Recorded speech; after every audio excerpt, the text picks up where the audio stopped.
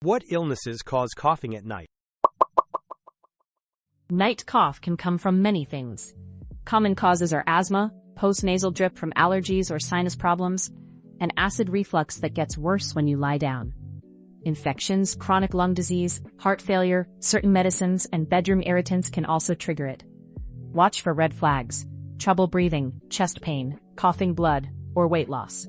If a night cough lasts more than a few weeks or disrupts sleep, see a clinician for evaluation. If you enjoyed this video, please subscribe.